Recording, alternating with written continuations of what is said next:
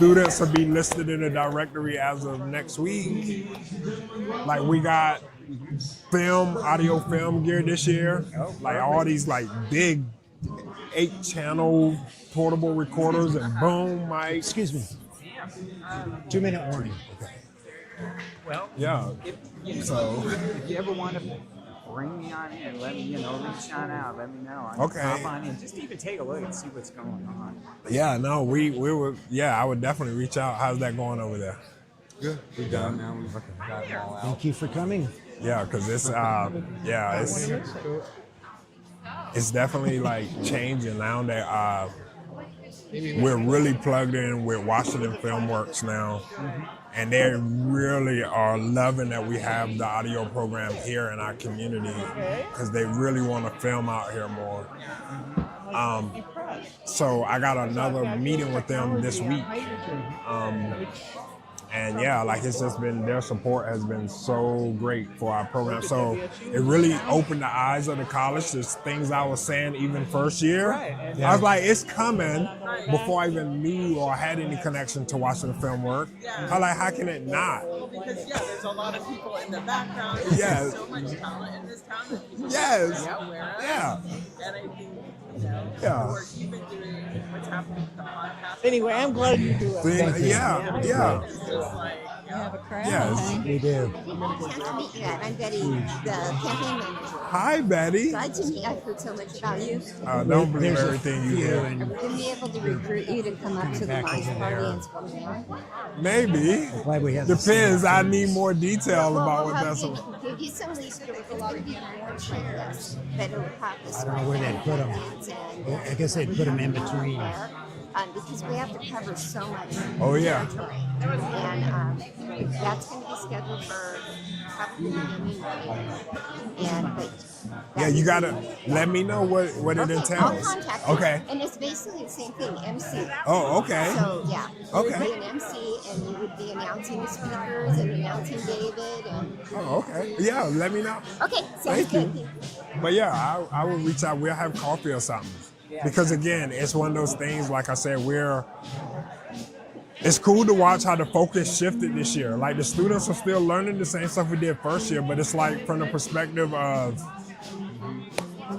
the film industry, from composition for the film industry, recording on location, recording on set, right? Like same stuff, but a different kind of spin. Well, so it's And three-dimensional yeah. chess. You've added a second dimension into this. Well, not just, we start loading in the second year of the program. We start doing it next week. So I built a whole music production side to the program. A 1-year like songwriting classes, music theory classes, music production classes, sound design classes. Let it Like be music production now as well instead of just where they don't have I finally got a boss that listened to me. She said, what do you want it to be? And it should be music production. Like that's most audio engineering programs, second year is music production. Well, actually, the first year is music production and audio engineering is the second year of it. This is a nice turnout. It's huge. And It's one classy operation. Thank you. It's more than I expected. Yes. Good. Well, I It's think there's terrific. still more coming. I thank you. Are we on? Hello. Good to see you. Glad you're on city council. Thank you.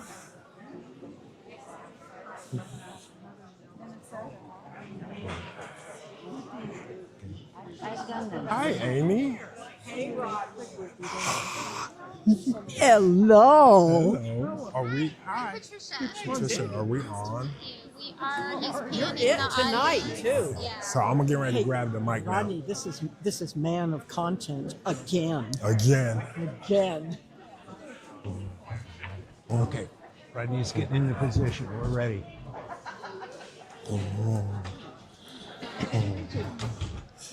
Hello, everyone.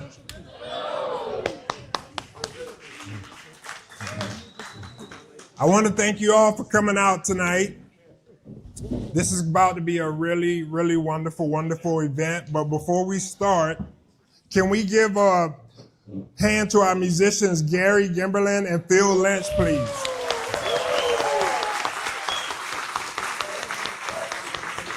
Thank you guys so much. And I also want to thank the people that's on the live stream joining us here tonight for taking time to spend time with us. I really, really, really appreciate you for being here and supporting this event. My name is Rodney Outlaw, as most of you may know. I'm a person that loves our community, that's in our community, that works in our community, just like each and every one of you. So thank you again.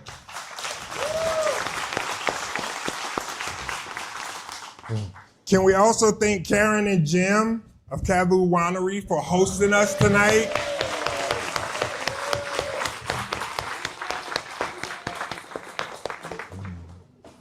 So I want to explain how we're going to do this tonight. I'm really excited when David reached out to me to have this conversation that asked me to be a part of this. Not only was I honored to be a part of it, I was excited about how the framework was going to be.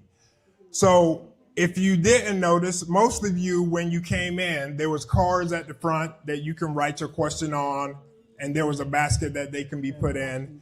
And they're brought here, where when we start taking questions, I will pull a question and I will read it and ask it to David, and David will give us his answer. Also, there's cards at your tables with writing utensils, because as the conversation goes on, new questions will come up. And if you have new questions coming up from the conversation, please use the card at your table, write your question, raise it up, and someone will come by and get it and bring it to the basket. Any questions?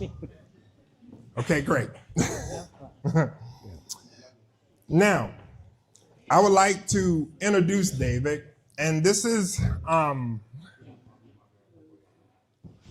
still a little bit different for me with David because we had such great conversation. When I met David and we had coffee, and we probably talked for about 2 hours, and then we talked some more over email and text and things. And it was so refreshing because every time I talked to David, he just listened, even though he's the one running for Congress. And he just listened and asked me, why do I help? Why do I want to do the things I do? And I was able to ask him those questions. And those questions always came from a place that made me feel they was very sincere from his heart. And it was really, really refreshing to hear that. Really, really refreshing. He never once really asked me for anything. He just showed me his heart. And for that, I thank him a lot. But if you need to know a few things about David, David was board president of Walla Walla Alliance for the Homelessness, church council member in Pioneer United Methodist Church, member of Rotary, and it goes on and on and on, but I'm not gonna sit up here and ramble about it. I'm gonna invite David to the stage to share a little bit with us about himself and introduce it so we can get to the Q&A. So David, please join me, everyone, with welcoming David Womack to the stage.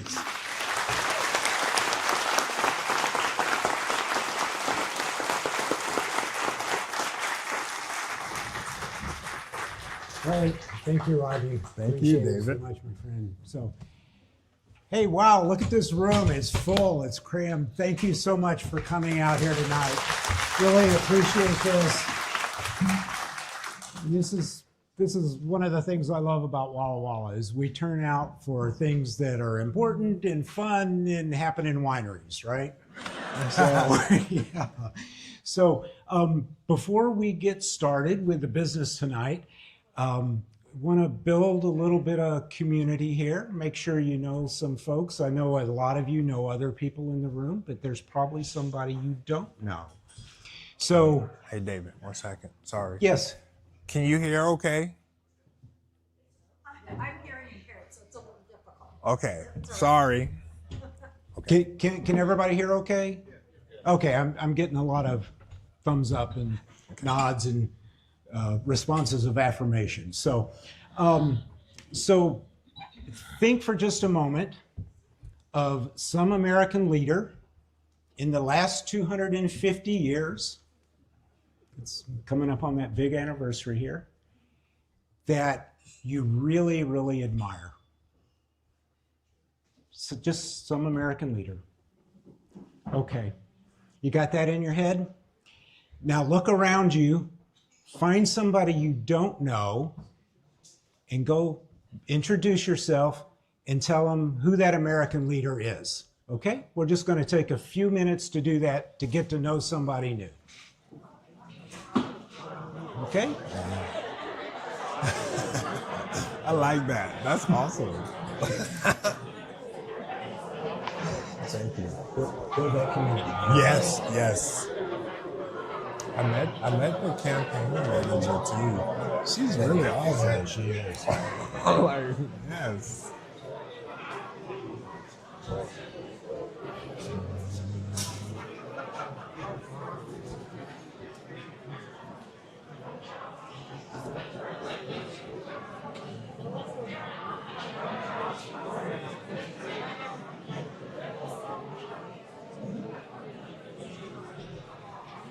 I have my first question kind of ready. Again, I'm so excited to be a part of this. Thank you.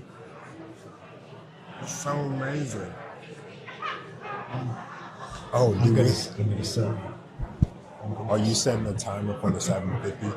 Oh, I was just about to ask that thing too. Sorry.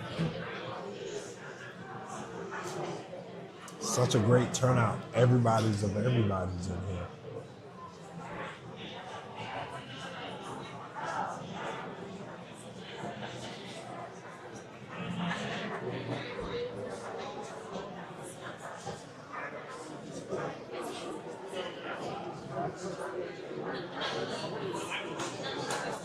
I'm going to do a volume check when we get going. Okay. And show you.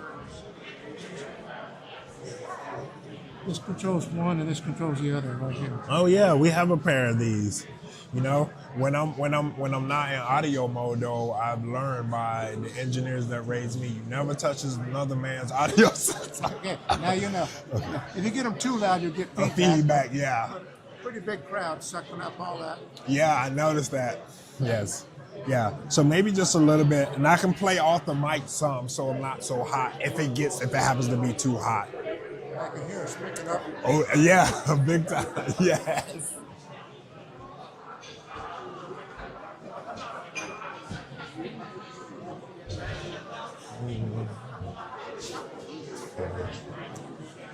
Can I get a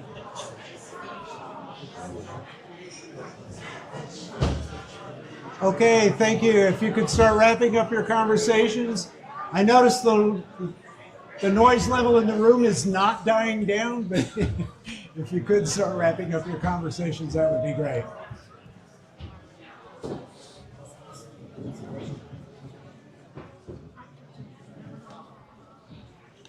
Thank you. So one of the things we're trying to do in our campaign as we go around and meet with people is not only just campaign, but also create communities and help people get to know one another and spread a little hope and joy as we go along too. So hopefully you felt some hope and joy in that and got to know somebody a little bit new. And if you didn't, well, sorry, we'll try something different next time, I suppose. So I would be curious just to know a few of the people that were named. So over here, somebody want to shout out this is the one time you get to shout tonight. You want to shout out a name? Barack Obama. Okay, applause for the former president. JFK.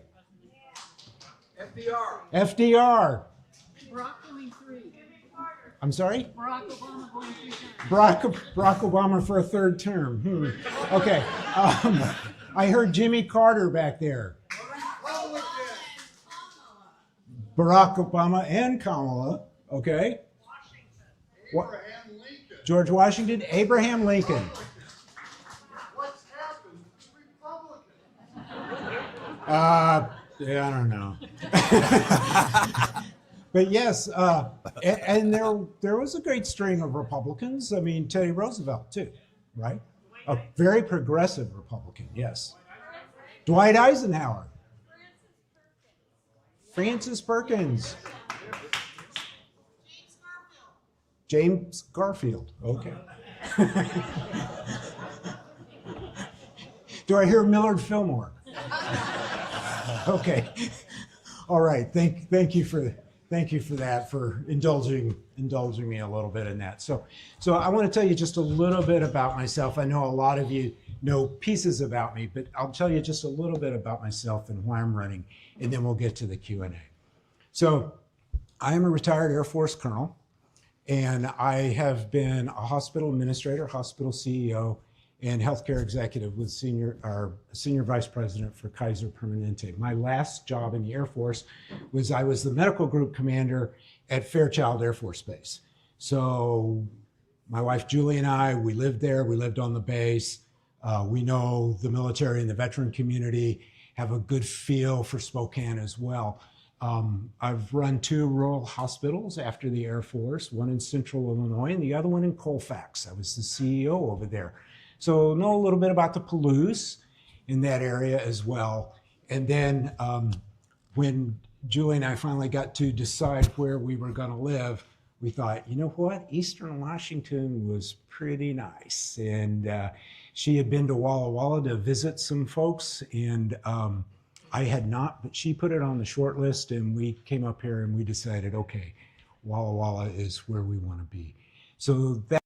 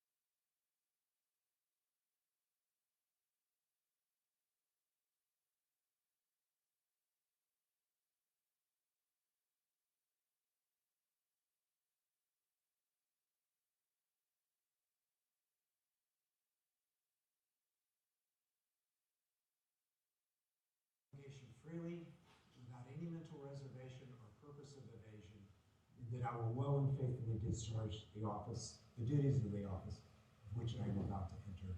So help me God. That's the full oath. When I started thinking about running for this position, I thought, what oath am I going to have to take if I'm elected to be a member of Congress? So I looked it up. It's the exact same oath. Exact same oath. I don't feel like my oath ever expired. I'm happy to renew it a year from now.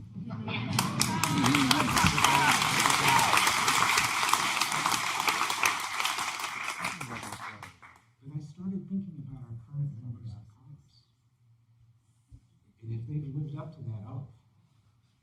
And when I read the Constitution, I can't answer yes to that. Okay, I can try and for an post it awful up. lot of them. And that lack of integrity is hurting us and our neighbors Let me boost it. and people all across this district every day. And we can choose a different path. With new representatives in Congress, we can have a different choice. And I tell you what really gives me hope is the way people are starting to stand up and say, enough is enough of this. This is our country.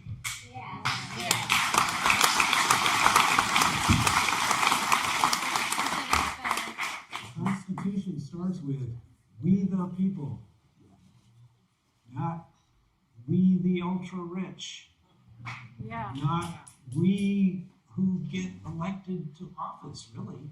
We the people. That's where the power comes from. And people are starting to stand up and do this. You're seeing it in the growing numbers of No Kings marches. You're seeing in the pushback against where the rights of people are being trampled upon. You saw it in Los Angeles, in Portland, in Minneapolis, and you see it here in Walla Walla a couple of times a week. It's all the way here in Walla Walla, you know, and that rebirth of the American spirit is what gives me hope.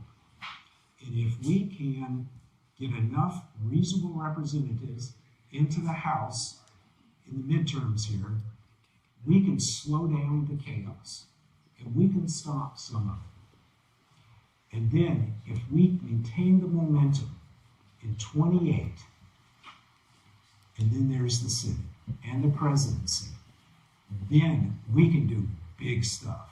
This is the beginning to something really huge. If we get there in 28, we can get things that we've never been able to get before, like health care for all. Yeah.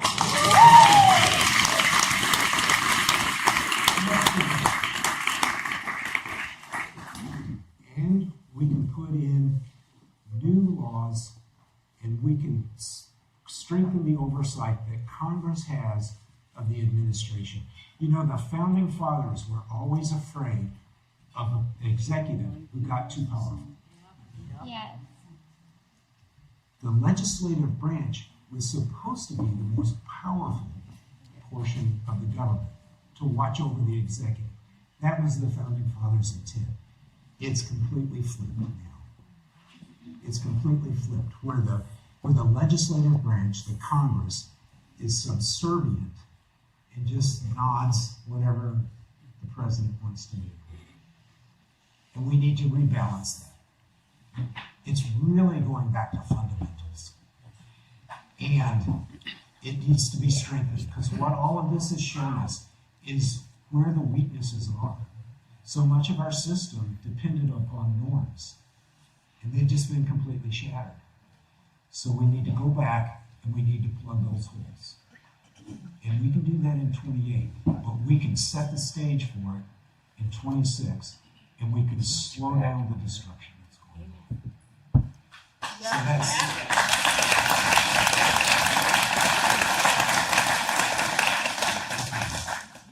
Thank you. And coming from here tonight. So I think I'll stop there, and we'll start taking some questions. And I really want to hear what you say. I've been holding listening sessions for the past couple of months, mostly in people's homes where they've invited me in and a few friends, and those have been terrific.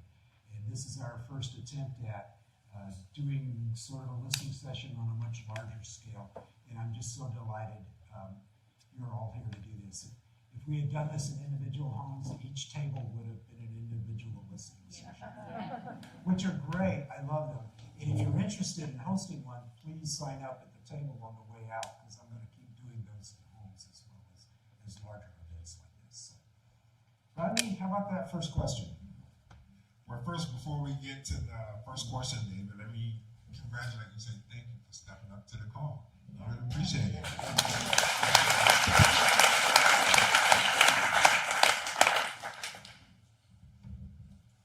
I have your first question for you, and that is, it's a two-parter. The first part of it is, do you support abolishing ICE? If not, what would you propose to do about the rogue nature of the organization? Great question. So, yeah, I've been thinking a lot about this one lately. What to do about it. You know, and in leading hospitals and in leading military units, one of the things I've come to understand is how important the role of the culture of any organization is. I mean, the culture is usually a lot of unwritten norms of how we do things here. And cultures can be shaped intentionally, for good or for bad.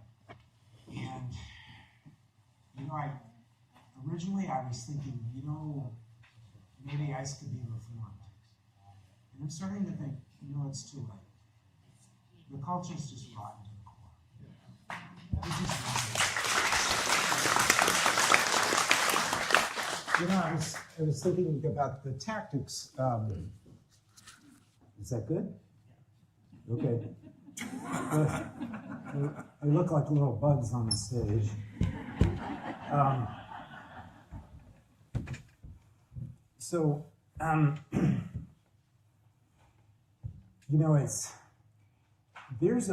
There's a role for some sort of border security and some sort of internal security when it comes to immigration.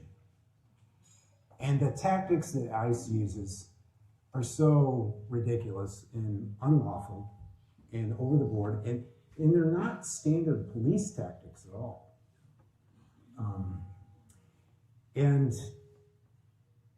And those can be changed with training and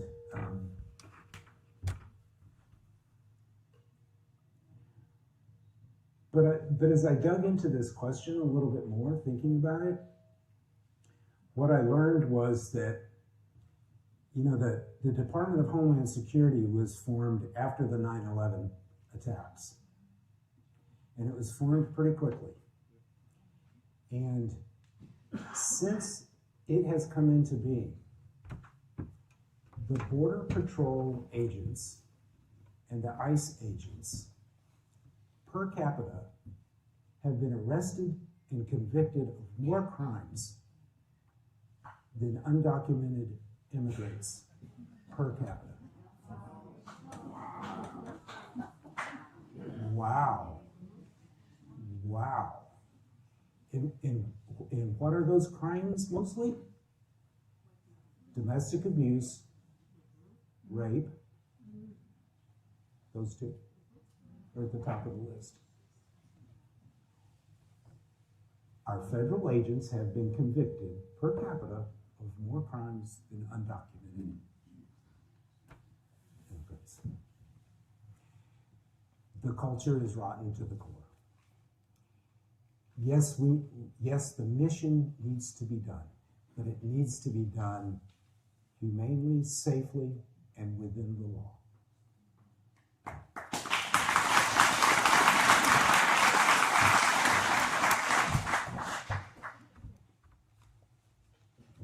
Thank you, David. So next question. I did not vote for Trump. Still.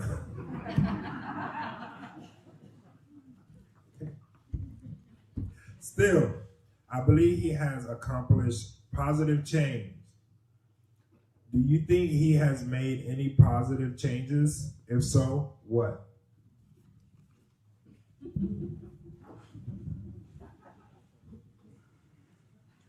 That's a great question.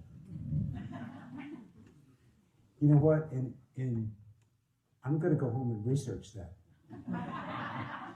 Honestly, because I, like many people, have been focused on one atrocity after the other. I can't keep up with the atrocities, much less think about what good might have come out of it. But maybe there is some. Maybe there is some. And I will. For those who couldn't hear that, and maybe the folks on live stream, the shout out was the ballroom as a positive change. So. More people involved in supporting our democracy. Hey, there you go. So that shout out, folks at home, is more people are coming out to support democracy. That's true. I think more people have learned a lot about civics in the last few months than in the last year than they knew before. Yeah, I was gonna piggyback on that. Sure, when go you ahead. finish, right? And ask you because that's what my grandmother always told me. Like, there's education in every decision. Yeah. Right. Like, so the good could be the education, the use, the awareness, Mm-hmm. the acknowledgement of what's going on. Right. Mm-hmm. So how would you then see some of the harshness that's going on in the country as moments and opportunities for us to educate ourselves, to come to the forefront, to lend a helping hand in the shift. Yep. Yeah, absolutely. Thanks for articulating it there, Rodney, because I talked about that hope I see of people standing up, and that is the rebirth of the democracy. So yeah, maybe it was time to shake it up a little bit. Wish it wasn't so extreme, but yeah, absolutely. Great question. Thank you for that. Okay, another two-parter. Okay. Would you like a drink of water before? I can drink and listen at the same time. I don't want you to be distracted at all, right? I want you to hear. One, why should I vote for you and not vote for another candidate? Two, what are your plans for helping the working poor and the unhoused in Eastern Washington? Okay. Why vote for me instead of another candidate? Last time I looked at the FEC website, there are 10 candidates running for this office. Yeah, whoa. So there's really 4. I mean, there's our current representative, and there's 1, 2, 3, 4 counting me, that have actually launched a campaign of some sort. So the other 6, I don't know. That apparently there's a lot of times people sign up and they file and they don't ever do anything. So it looks like there's 4 of us there right now, and we have some really similar backgrounds in some ways. One of the things I find most interesting is that 3 of us are veterans. Yeah. So there's a fireman from Spokane who was a Marine corporal, and he's running. There's another gentleman who lives north of Spokane somewhere, and he's a retired captain from the Army. And then there's me. Those are the 3 veterans. And then there's a woman who worked in the State Department. She also took the same oath. So 4 of us have taken that, that have active campaigns, have taken that oath and have served the country in some way. So, I mean, to me, that's kind of encouraging that that these folks are still honoring that oath and still willing to do something like this. The distinction I would draw between me and those folks is a little bit twofold. Number one is none of their military backgrounds put them in a command position. I had 4 commands. 1 training squadron, a medical group in a deployed situation in the desert of Saudi Arabia. We worked out of a tent hospital. It was sort of like a modern day MASH unit. And then 2 medical groups, a hospital and a clinic. And when you have the command position, you have the ultimate authority over lives of people.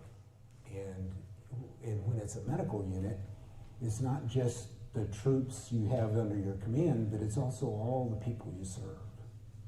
So in Fairchild, I was responsible for about 30,000 lives, 30,000 people, active duty, retired members, and the families of those members. So that's a heavy responsibility to be ready for that, to do that. And then when I worked for Kaiser Permanente as a senior vice president, I had 115,000 members that I was responsible for the quality of their care. Had a $700 million budget. So none of the other candidates have that sort of leadership and management responsibility for people and money in any large organization. They were kind of individual contributors, if you will. Nothing wrong with that. It's just a difference. And when you're looking at something like working with as large of an organization as the federal government and understanding the budgets and how it affects lives, how the decisions you make every day, I think that experience is really important, that leadership and management experience. Thank you. And for those of you in the audience, just remember, as the conversation go, if you happen to have a question at your table, write it on the card and hold it up, and someone will come get it and add it to the conversation. This is a ongoing conversation, so if you have questions as the conversation is going, just set them up and we'll just keep drawing. Rodney, I think there was a second part to that question, if I don't remember. Yes, it was. See, I got you. Teamwork. I got you. Teamwork. What are your plans for helping the working poor and the unhoused in Eastern Washington? So, first of all, we need to restore the things that have been taken away from the working poor. Okay,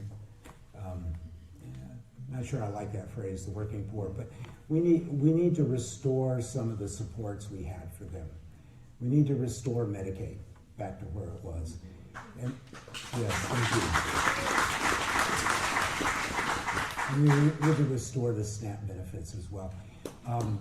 So just, I'm not sure our current representative really understands the damage that the one big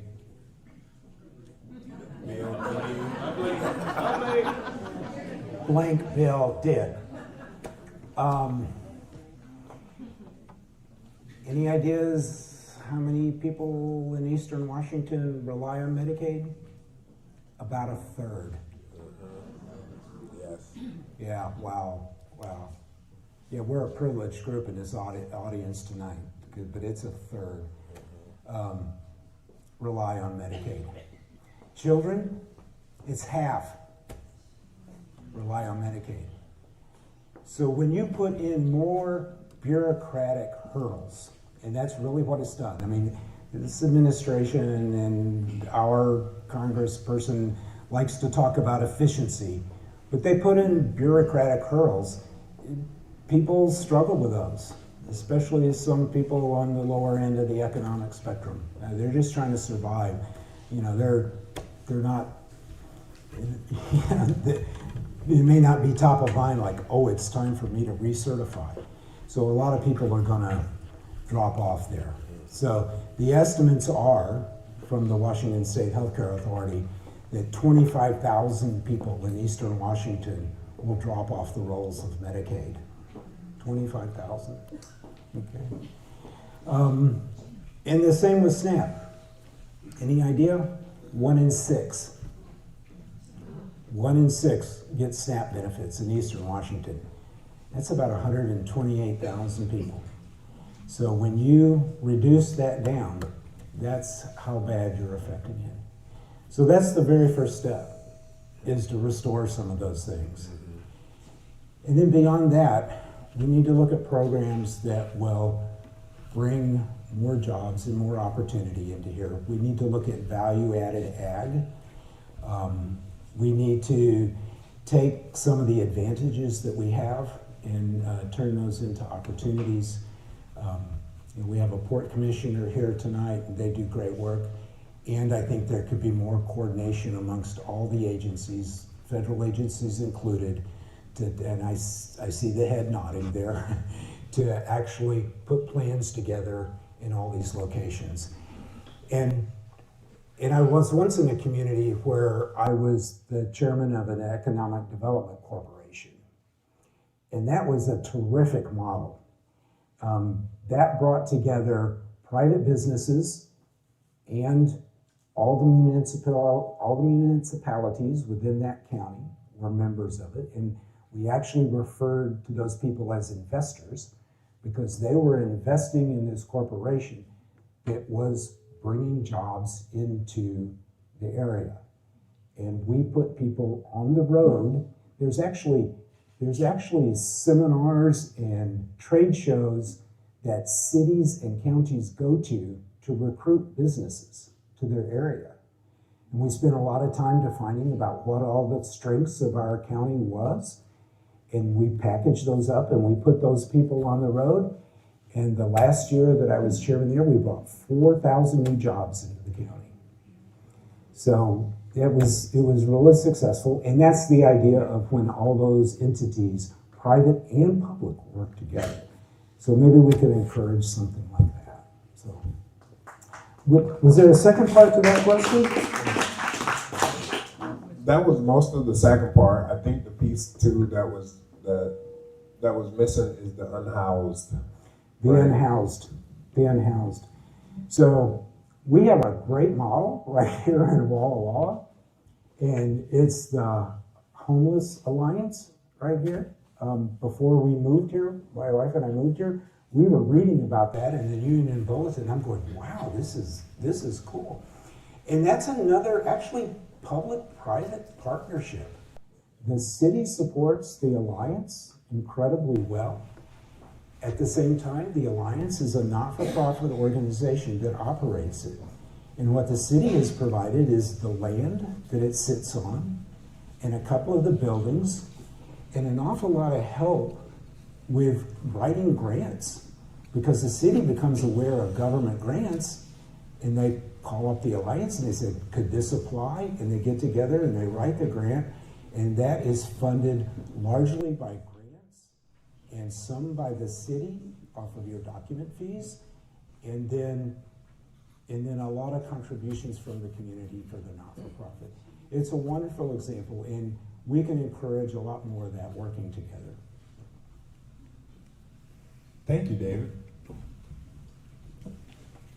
Our next question we have is, how aggressively will you support the impeachment of Trump and Vance?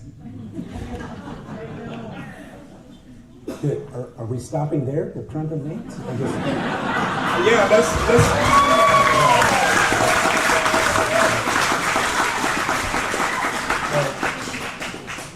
there's a second half to it, but we probably should let you answer that first, and then we come back to the second part. He's noticed that I answered the first part and then asked him, what's the No, second nothing part? like that. I want to make sure it's due diligence, right?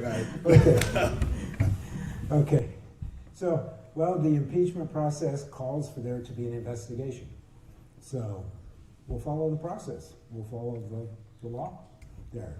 Let's do the investigation. Let's see what it says.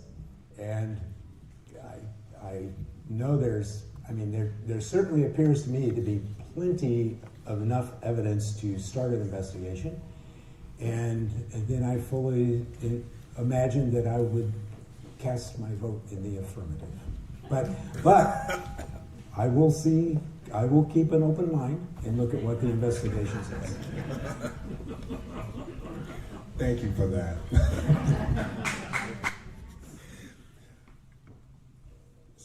Now, the next part is, Trump is very demented. Not a question. Is there a question? Yeah, I mean, I'm checking my glasses to make sure I'm reading this correctly. Okay. And unfit. He is also trampling the Constitution, Article 5 and Article 7. Do you agree? I'm checking my glasses to make sure I'm reading this correctly. Okay. Yeah. And unfit. You know, He is also trampling somebody that the prepared a little bit Constitution, tonight, Article and you 5 told me, and Article don't 7. give a yes/no Do answer. you agree? Checking Yeah, my glasses to make sure I'm reading this correctly. Okay, there's no doubt And that the unfit. Constitution is being trampled upon. He is And also with trampling. somebody, and as for the mental health of Donald Trump, I think that's obvious.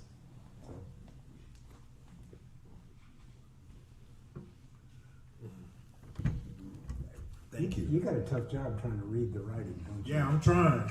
Okay. You know, I can't really see, but I tried. They say these are prescription, but I don't buy it.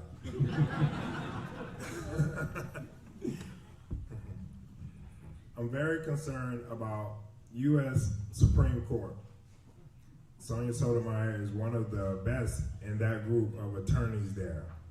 Have you ever spoken or communicated with her about anything she can do to get the Supreme Court back on the right track? No, sorry, there's another yes, no question. No, I haven't talked to her. And I have a lot of concerns about the Supreme Court as well. When we first moved to Walla Walla, I took a course under Tom Scribner called the Supreme Court. Maybe I see a few heads nodding out there. Maybe you've taken it too. It was really eye-opening and interesting. And what I see the Supreme Court doing right now is it shows you another flaw in our system, I think, is that the Supreme Court has been stacked with ideological folks who do not appear to be interpreting the law strictly by what the law says and what it was intended to do. I see interpretations that have a heavy overlay of ideology on top of it. So how do we fix that going forward? I think one thing we need to do, and Congress has the power to do this, is to force a real, no kidding, code of ethics on the Supreme Court.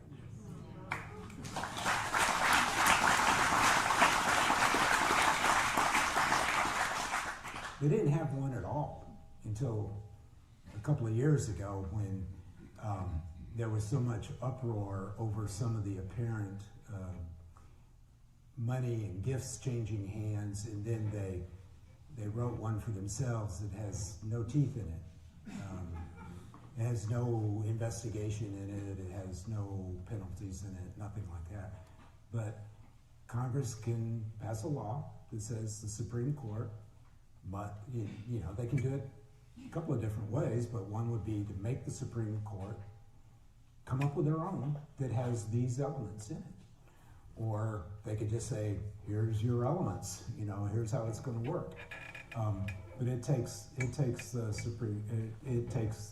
legislature to have enough backbone and enough political will to do that. Yeah. So, but I think that would be a reasonable first step. And then there's other things to do too, like imposing term limits.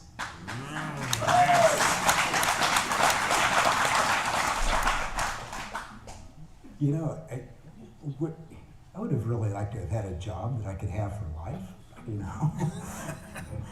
I'm sure a lot of people in this country would. But, so term limits, and maybe a few more members onto the court, a few extra members, and then stagger those terms so that as they retire, so that one president can't appoint a majority of the people, because there's a number of them. There's 3 or 4 rotating off every 4 or 6 years, probably every 4. So you time it with a president. So every president coming into office knows, they're going to get to nominate 2 people to the court, or something like that. I think that would be a very reasonable way to go. Very reasonable way.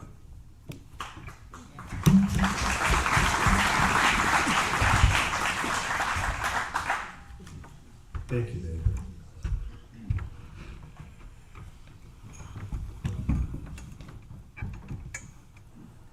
What does responsible oversight look like to you? How will you hold any administration accountable without turning Congress into a revenge machine? And what's one oversight you will pursue in your first term that will actually improve people's lives in Eastern Washington? So, great question. Great question. Interesting phrase, revenge machine. I don't want to create a revenge machine. I mean, that's what we're witnessing right now. and it's tearing us apart. So I appreciate whomever wrote the question that they say without creating the revenge machine. So, so how will I exercise the override? That's the first part of that? Yeah, how would you be accountable without turning, how would you be accountable to administration without turning it into a revenge machine? So, just holding some people accountable, they will scream revenge machine. And it's going to be important for whomever is there, me or whoever else, to be able to talk about how this is not revenge, this is strictly looking at the facts. And there are tools available to Congress. There are hearings that can be done. And when in some oversight will have to be stronger than just having a hearing, because we've seen that some members of the administration just come back and spew back at the questions that Congress asks them. But there's other tools that can be used for accountability. There's the power of the purse, that we can have very specific legislation that takes money back from things. We're seeing that kind of play out right now with the money that's being, that was withheld until we could get the administration to the table to talk about reforms in ICE. That's what's happening there. That's a good way to go about it. That's one of the most powerful things Congress has, is actually the power of the purse. And then there's targeted legislation to just say, no, that thing is wrong, or that thing can't be done, we need to do this, which I think is the second part of that question about how it specifically goes towards people in Eastern Washington. Yeah, well, what is one An oversight example of that that? you think you would go after in your first term to help people's lives in Eastern Washington? Well, if it's not resolved by then, probably the first thing I would try to go after would be to use that legislative tool to go after tariffs. Yes. Because tariffs affect us all. That's part of what's driven up the cost of living. I mean, for sure inflation was already up there, but tariffs aren't helping it any. But it's specifically hurting our farmers around here. You know, the moment the administration slapped a tariff on Canada, the farmers' cost of input, their fertilizer, they use a lot of fertilizer from Canada, it went out the roof right there. The other way it's hurting our farmers is through their equipment.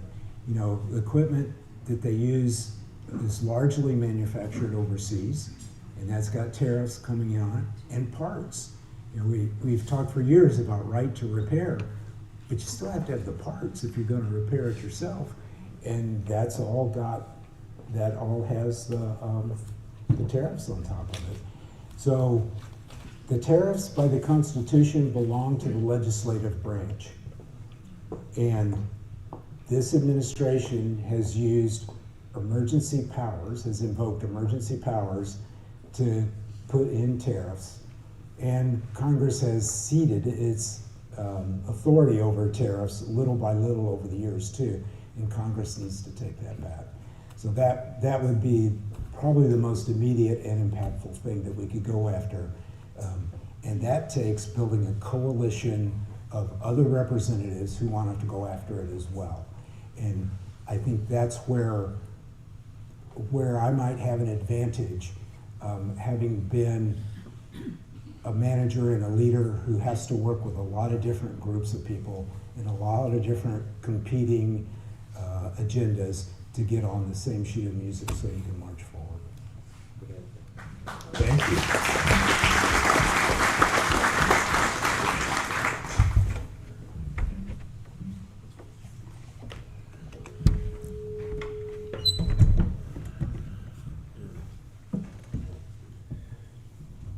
How will you work to protect non-white citizens in this district? My children are not white.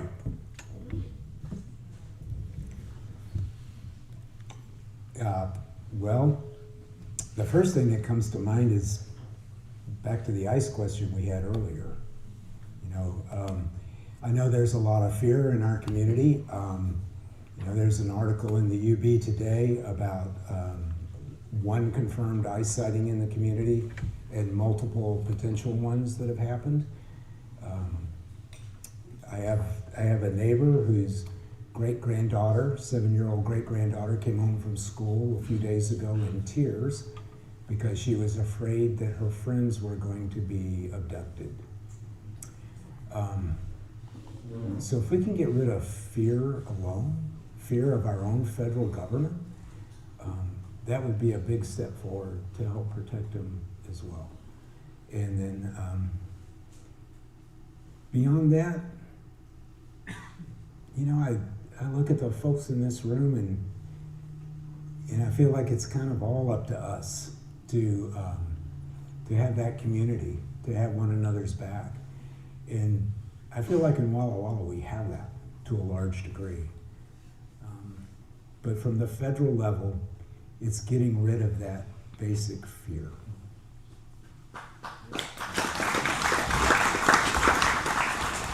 Thank you. Can I piggyback on that? Please, if I may? please. Because that question touches home with me a lot. I have kids, and my kids are also blended. And I get that conversation a lot in our very own community. So it's such a comfort and peace of mind when we talk about out loud the damage that ICE is doing across our country. It's very important that we know that and we see communities stepping up against them. But how do we tie in what's happening on a bigger level back to a local front, where agency at a local front?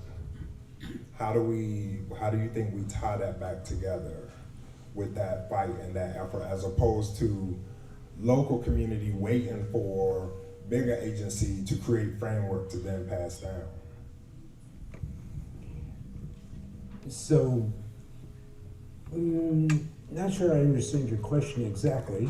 So the conversation of safety, especially around ICE and other things, a lot of times it feels like we're waiting for Olympia, DC, these places to pass framework down. How do we connect from a place of, say, you in Congress, back to our local place that ties that knot, that connection, where it's a joint effort on that framework? Oh, okay. So, great question. Our current representative blames what ICE is doing on so-called sanctuary cities and states, as if that somehow causes ICE to act in the way they do. He says, well, if only the local forces would cooperate with ICE, then we wouldn't have to behave this way, is essentially what he's saying, which to me is Crazy. Rodney says crazy. I'll go with that.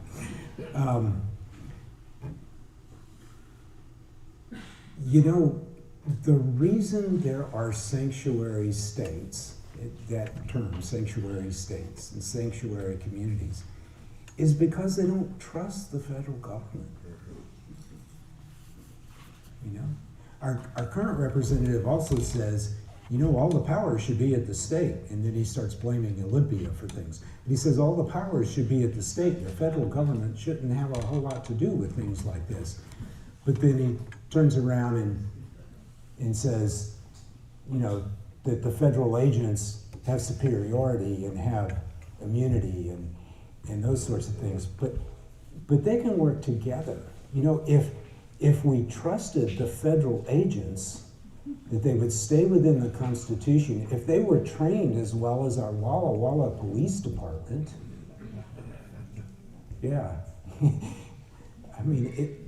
which the community trusts, then they probably would work together. If they had an undocumented person who had committed a violent crime in their jail, when that person was ready to be released, we would probably want them to call ICE, but we don't trust them. the moment we call them, we know there's going to be some sort of abuse or there's a high probability of it. So I think it's restoring trust all up at all levels of government there. And when I was in the Air Force, I could have never imagined myself sitting on a stage talking about not trusting the federal government. I just could not have imagined that. That line, all enemies, foreign and domestic, I often wondered, what do they mean by domestic? And now I often feel like the enemy is within, but I don't mean it the same way Donald Trump means it. I'm looking at him and his colleagues. And that just sends shivers down my spine. That's why this election, if it's free and fair, that's a big if. That's why this is so important. Yes, I agree. Thank you. Trust matters. Thank you.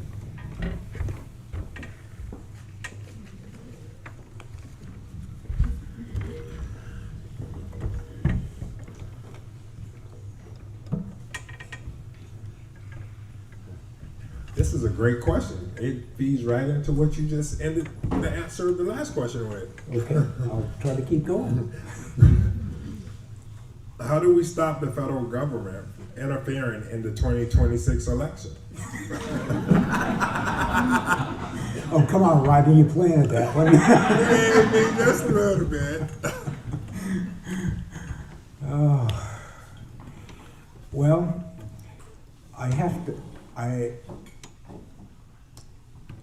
we probably all have a role to play in that. And one of the biggest roles I think we have is to support our state leaders and our local folks who manage these elections.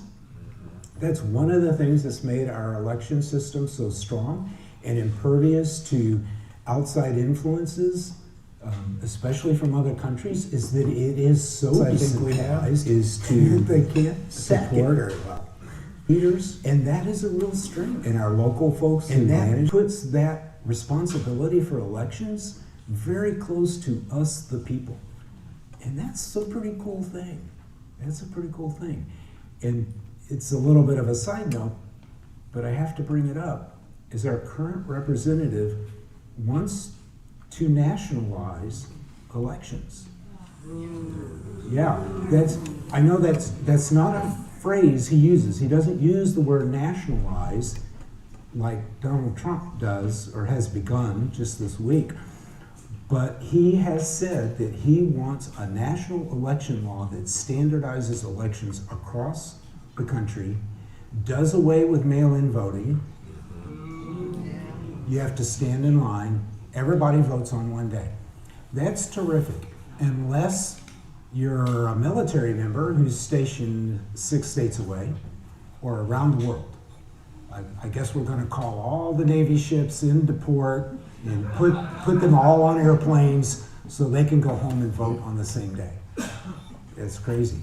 That works great, unless you're a physician or a nurse who works a 12-hour shift, or you're the spouse of a physician or nurse or anybody else who works a 12-hour shift, and you're home with the kids and you got to bundle them up and try and figure out how to get there. We've had in Washington State for years and years all mail-in elections, and there's no evidence of fraud at all. But anyway, back to the question, which is how to prevent it. I think it's we make sure that our state leaders know that we like our election system the way it is. We want it to stay that way.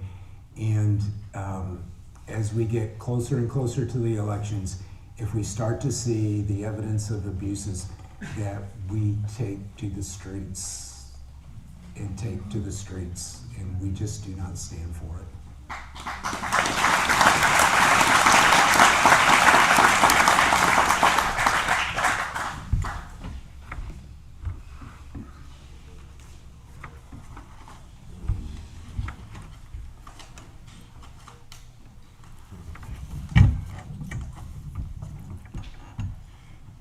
will you be declining or accepting PAC and corporation contributions? Do you know how other candidates in this primary stand on this funding issue for their campaigns? So, great question. No, I'm not taking any corporate PAC monies.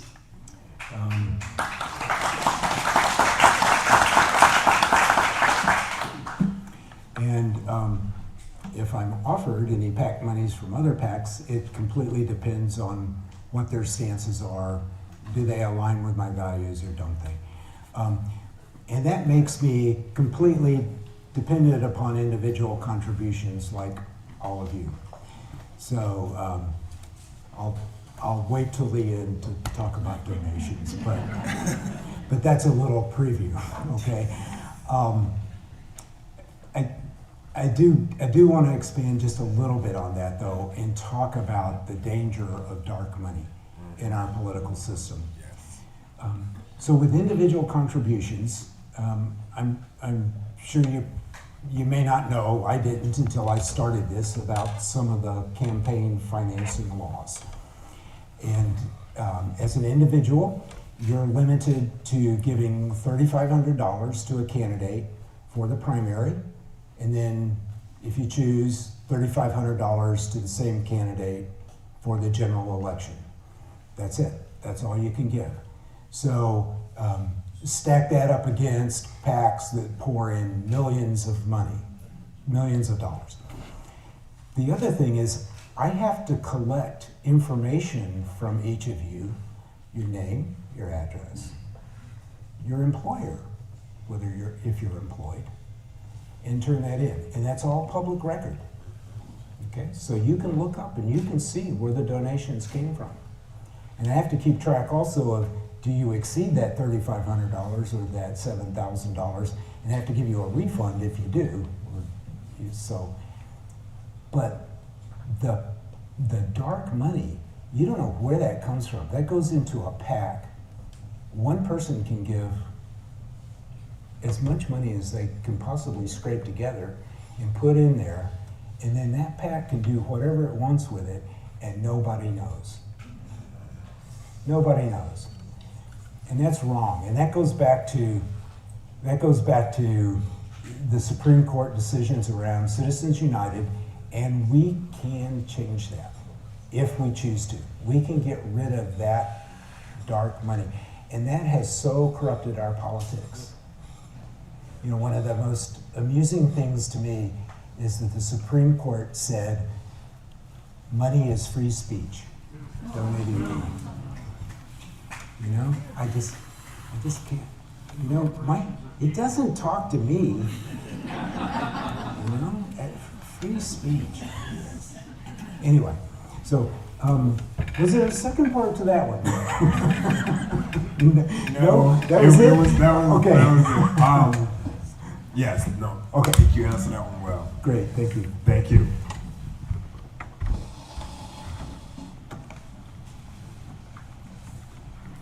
Have you noticed how many of these questions and we can change that? These are all policy decisions. These are decisions that have been made along the years that have put us to where we are. And we can change that.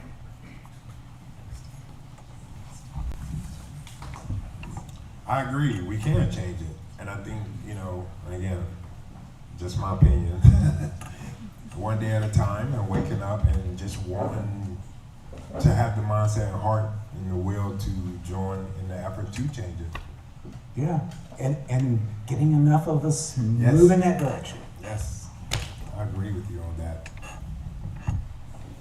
What are the political demographics in Spokane in today's environment?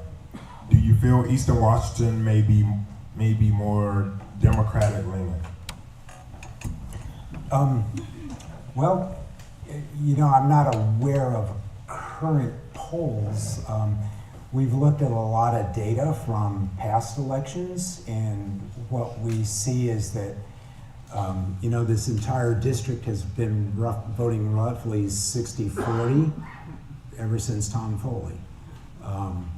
In Spokane specifically, Um, the entire city, you'd probably call it purple. But there's red areas and there's certainly some dark blue spots as well in Spokane.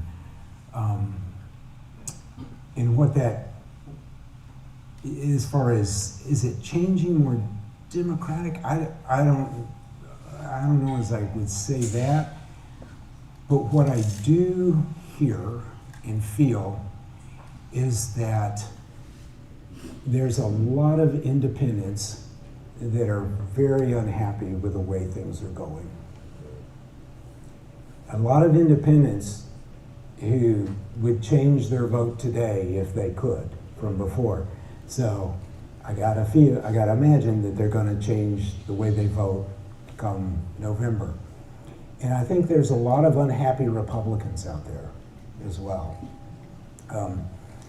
Last summer, I worked the booth at the fair, and there were an awful lot of people that walked by and said, you know, I used to be a Republican, but I'm not anymore, or something to that effect.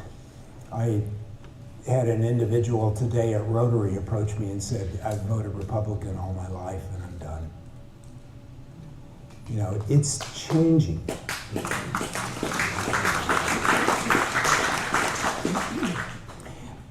And I'm also reminded of my mother-in-law, whom I loved dearly, and she used to say, you know, I'm not sure I'm a Democrat, but I know I'm not a Republican.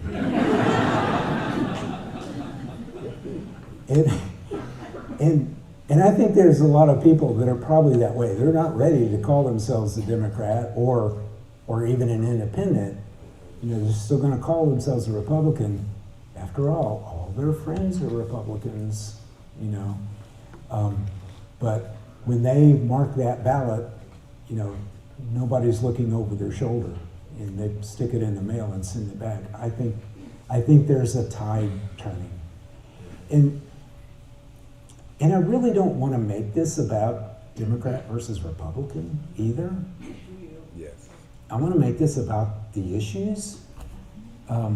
That's one thing I've been real careful with my campaign is none of the materials or my website identify me as a Democrat. Doesn't mean I'm ashamed of it. I'll tell anybody that asks. But the moment there's a label stuck on it, ears start to close. And that's on both sides, the left and the right. The ears will close. So when I just talk about the issues, I find that not only is there common ground about what the issues are, but there's a lot of common ground about what the goal is too. So then we just figure out how to get between the issue and the goal. Let's just talk about how to get there. And people listen to that. So I have to tell you, 3 days ago, I got somebody who contacted us through the website, which, by the way, is davidwomackforcongress.com. But they contacted me through the website, and they said, you don't say what party you're in, but you sound like a libertarian or a Republican.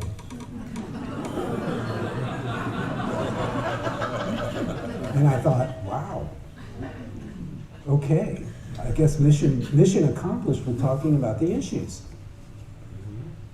So I wrote him back and I told him, well, I'm a Democrat. And I told him what I just told you, but I don't put that out there because I want to talk about the issues. And he thanked me for my response. Then yesterday, I got another one that says, you don't say what you are, but you sound like a centrist Democrat. Okay, good. You stick any label on me you want, but let's talk about the issues and let's get them fixed. I mean, I think that's what's important. I think that's what's important to probably everybody in this room and every American out there. I think people are sick and tired of the hyper-partisanship. You know, one thing that has come to really bug me when I hear it is a politician who will say, I'm going to go to Washington and I'm going to fight for you. And then they go to Washington and they just fight each other. I want to go to Washington. I want to work for you.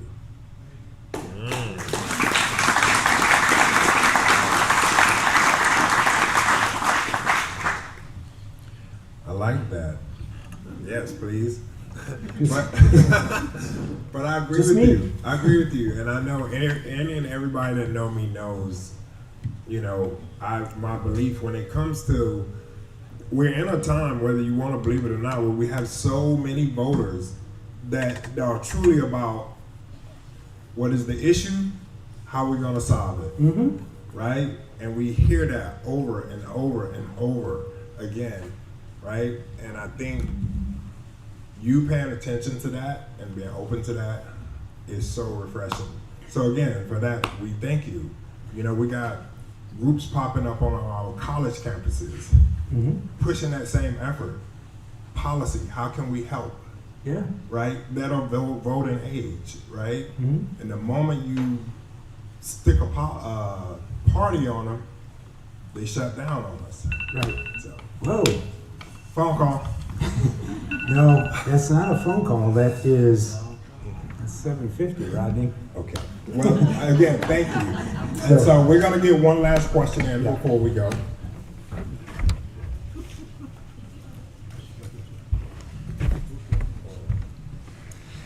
Oh. I think this is a good one to end on. Okay. What committees would you like to be on? It's a great question. Great question. So there's two committees that I think would benefit Eastern Washington and our district the most, if I could get on them. Now, most freshman Congress people, they get on one committee, maybe two, if they're not the more high-powered committees. And both of these are, of course, high-powered committees. So if I could get on one of these two, I would love it. Energy and commerce, number one. Yes. Because energy is so important to us here. Our dams are so important to us. Data centers going in. We've just got so much work to do to shore up our infrastructure and our power grid. And it's just going to be more and more and more. Energy and commerce also, surprisingly, because of the name of it, but they're the ones who work with Medicare and Medicaid policy. Yeah, energy and commerce. So I really want to work on that. And they also have a lot to do with keeping rural hospitals open, specifically Chargeville rural hospitals. So I think those issues right there would have a lot to help this area.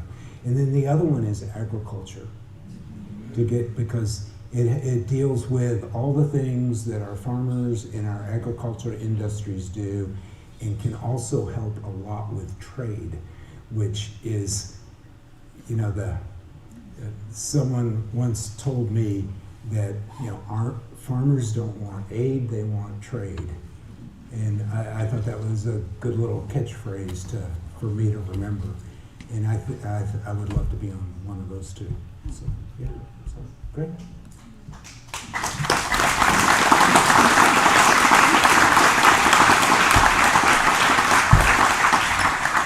So I want to thank all of you for coming out tonight. If we didn't get to your question and you really want an answer, please go to the website, or if you see me in town or have my phone number, give me a call. But please go to the website and put your question in there, and I will get back to you and answer that question for you. Again, I want to thank Karen and Jim, the owners of Cavu here, for providing this this great venue for us. Thank you.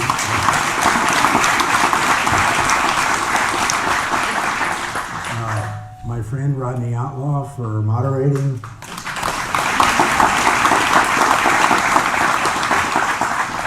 And our campaign volunteers who man the tables and help set everything up tonight and get the live stream going and all those things that make an event like this happen.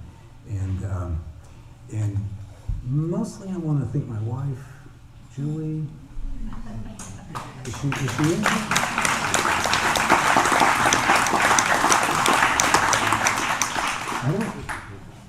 I don't see her, but all of you please tell her that I thanked her. No, seriously, she is. Oh, there she is. She is my inspiration and the love of my life, and I'm so.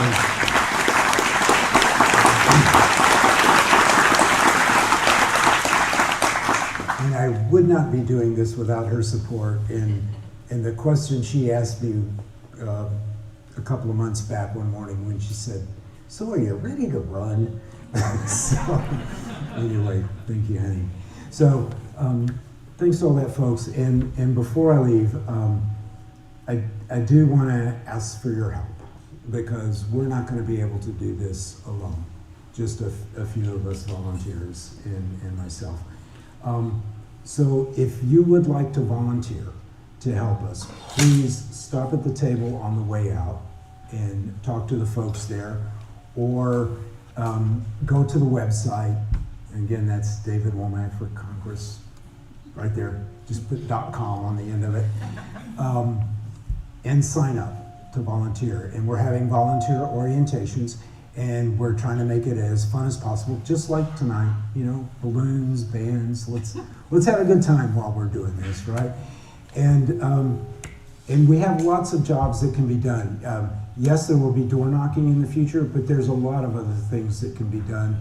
Some people don't like to do that, but there's plenty of things that can be done. And then and then of course you can always donate. And we need to reach about 500,000 voters in this district. And if you don't know, we're in the far southwest corner of the district. It goes all the way to the Idaho border and all the way to the Canadian border. And that's a lot of geography to cover, and it just takes a lot of resources to do it. We're gonna do it as efficiently and as low cost as we can, but that's still gonna take money. So on the website, you can hit the donate button. There's also, if you don't wanna do that, there's also envelopes here that you can send a check in, or you can empty your pockets tonight right into those envelopes. and we'll be happy to take that. So again, thank you for coming. You've been a wonderful audience. I'm gonna stand up there and say goodbye and turn off the microphone that's squealing on me. So Let's give David a round of applause. oh. Thank you. Oh, wow.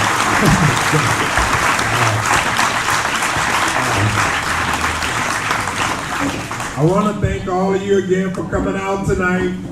And just remember, walk away knowing this. You have great people with great hearts trying to make true change. How you show up with your capacity is important. If you choose to show up and help get information out at the table, and protect your capacity, because this is going to be a long, long journey. And every person and every dollar help. Again, thank you for coming out tonight.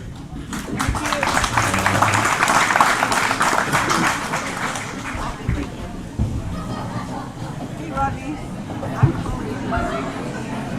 I have some questions for you. And my phone number's on my card.